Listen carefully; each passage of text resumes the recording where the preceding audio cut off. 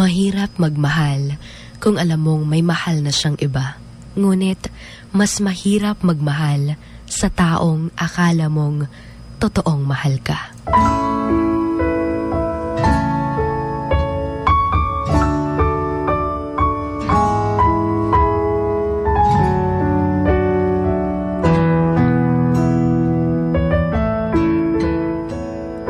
Totoo naman talaga na masakit at mahirap ang magmahal sa isang taong may ibang mahal. Dahil wala kang karapatan, wala kang ibang magagawa, kundi yung siguro tingnan lang siya sa malapitan. Pero alam mo yung masakit na part, yun yung akala mo mahal ka. Yung akala mo ikaw na talaga yung pipiliin niya. Yung akala mo tunay lahat ng mga pinakita niya. Binimog, tinud-anay ang paghatod kuha niya sa imuha. Akala mo, totoo na yung effort niya. Nakala mo, nagkikare talaga siya. Pero yun na nga, akala mo lang talaga. Minsan, pinapasalamatan lang tayo. Kaya siguro, ginagawa niya yung mga bagay na yun dahil nakikita niyang tayo lang yung andon para sa kanya noong mga panahong kailangan niya na makakausap. At siguro, na-appreciate niya yung mga ginagawa mo kaya in return, nag-e-effort din siya, nag-sacrifice. Pero, hindi ka talaga mahal bilang partner niya.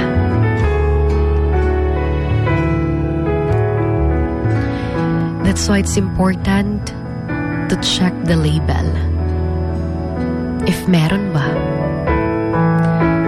Kasi pinapakilig ka niya. Napapangiti ka niya. He or she treat you the way you also want to be treated. Kaya ikaw naman, hoping na gusto ka kasi nga nag-update pa siya.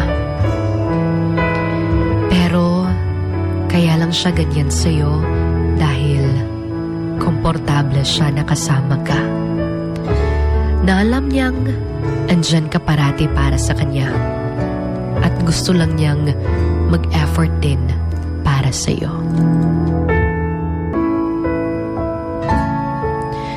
Yung masakit lang sa ganitong sitwasyon yung nagpakita siya ng motibo. Pero ginawa ka lang pampalipas oras. Comfort zone, ganun. Lisod higugmaon ang tao nga napay gipaabot nga mobalik. Mahirap magmahal sa taong sa iba pala nakalaan.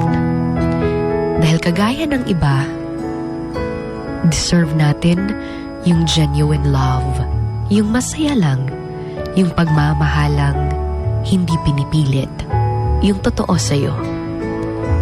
We all deserve unconditional love. You know what? It is extremely rare to find someone who cares about you without another agenda. Someone who wants to see you achieve your dreams, encourages you to grow, and is there through all your mess. So be grateful for those people in your life and always keep them close. Remember, well, babies, that the heart that's meant to love you wants to see the best of you, not to hurt you. Ito po ang inyong Hugit Babe. My name is Sugar Dolly. Right here sa Wild FM 103.1. Emotions going wild. Emotions going wild.